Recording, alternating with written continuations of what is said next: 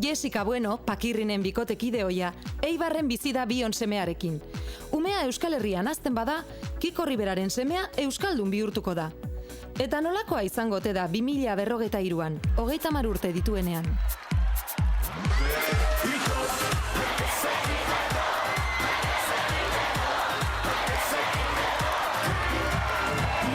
Ai, Virgen del Rocío! Ai, arrateko ama!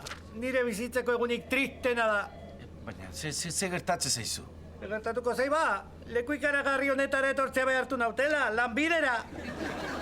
Ja, beraz, lan bila zabiltza.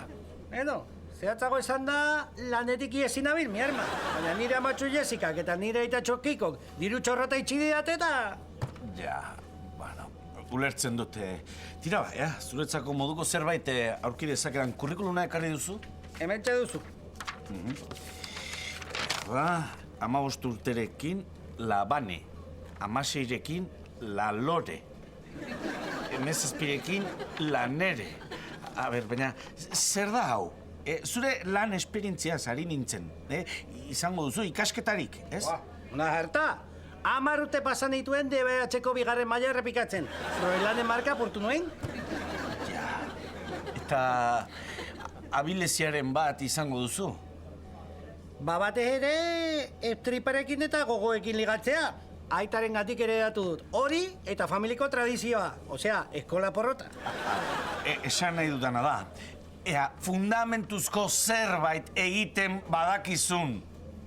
Pues... gauez irteten, DJ moduan aritzen, gau pasak egiten. Ara, gauarekin lotutako zerbait topatzen badiazu, kojonuo!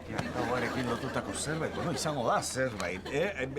Beira, hauxe, ze iruditzen zaborrak biltzea. Egunero, gau pasa. Kita, hori, Ni ateatekoaren alde nago, gora 5. edukiontzia eta konposta. Gara, Patxirrin, jauna. Sentitzen dut, baina lanbiden ezin dizugu lagundu. Ondo da? Ba ez diazu bete irten biderik urten. Modu bakarra da, dirua azkar eta gaue lortzeko. Etzara pentsatzen hariko. Zarba medelu, poligrafo bat egiteko prest nago. Bai, behar den guztia kontatuko dut. Bai, nire mama Isabelek Marian Monterekin egiten zuen guztiere, bai. Mesetara joan, paseatzera atera, bizikletan ibili...